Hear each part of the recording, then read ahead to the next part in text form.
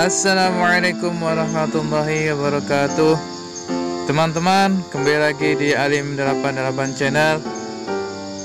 Kesempatan kali ini saya ingin membagikan sebuah kisah dari Nabi Yunus yang ditelan oleh ikan raksasa. Mudah-mudahan bermanfaat, khususnya bagi diri saya sendiri dan umumnya untuk kita semua. Pada suatu ketika, Nabi Yunus menemui penduduk Niwawa yang sedang melakukan ritual penyembahan berhala.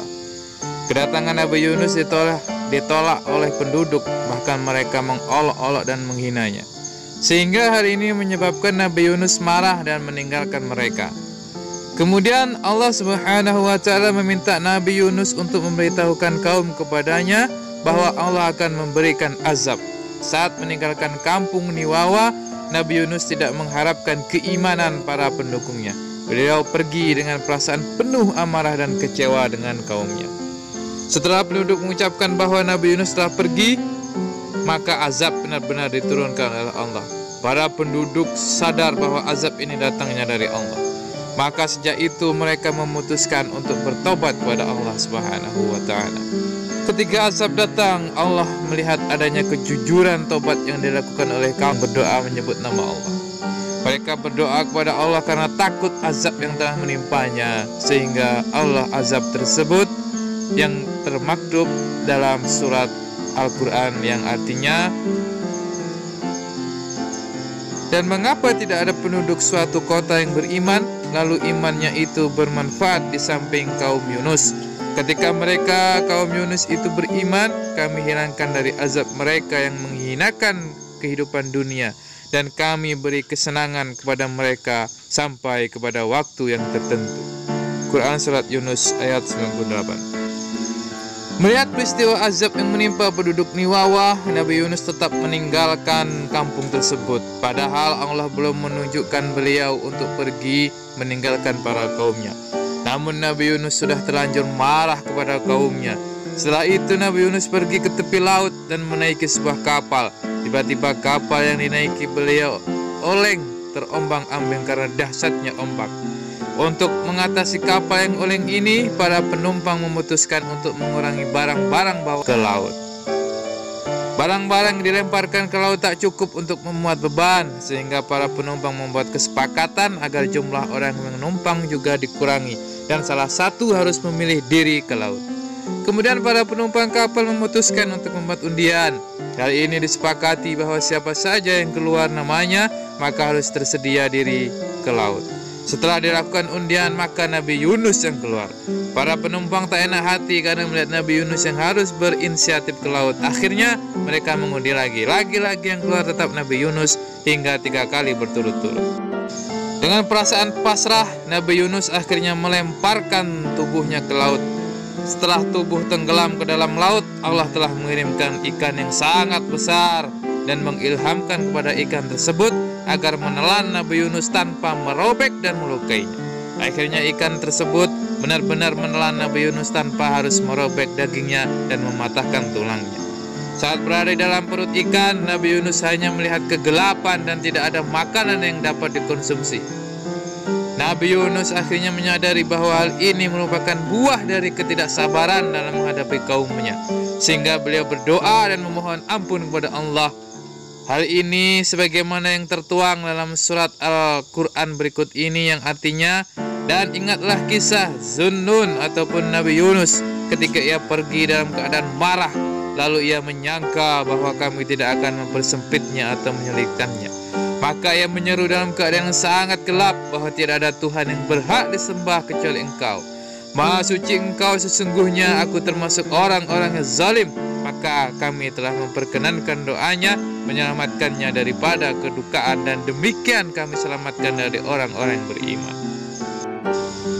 Nabi Yunus di dalam perut ikan yang sangat besar terus berzikir kepada Allah, terus berdoa, La ilaha illa anta subhanaka inni kuntu minadz zalimin.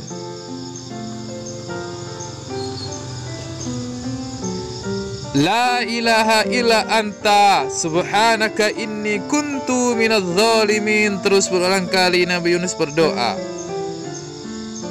Mengenai berapa hari Nabi Yunus terdapat beberapa khilafiyah, ada yang mengatakan 3 hari, ada yang mengatakan 7 hari, dan ada yang mengatakan 40 hari.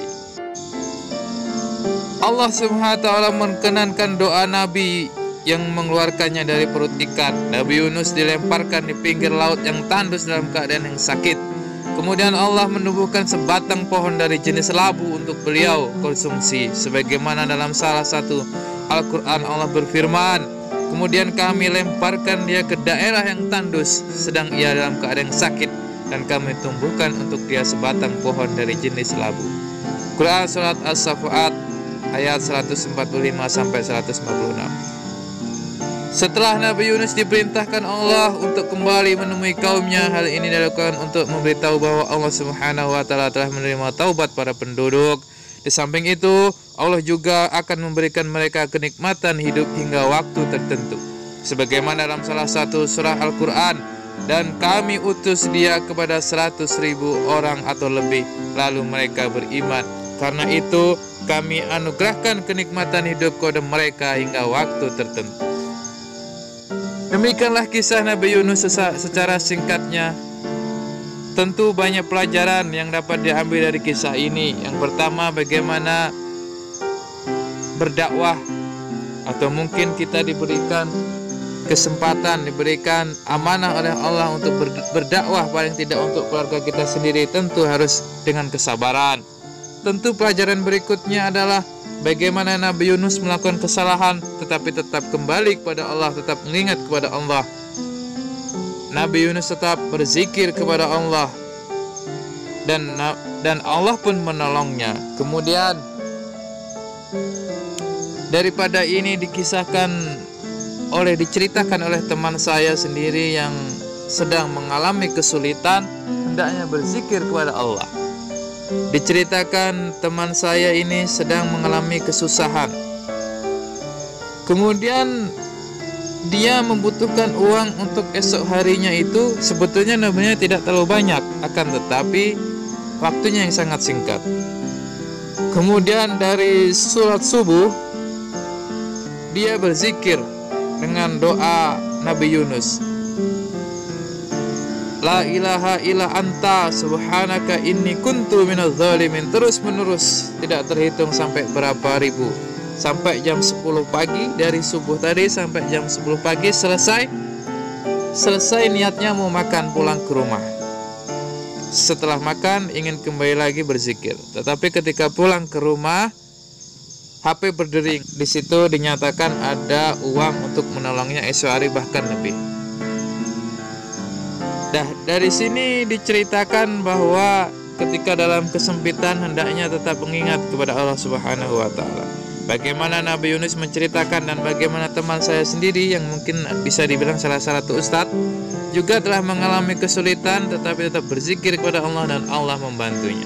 Itulah mungkin singkat sebuah kisah Nabi Yunus, dan ada kisah yang sangat singkat juga yang disampaikan oleh teman saya. Mudah-mudahan bermanfaat.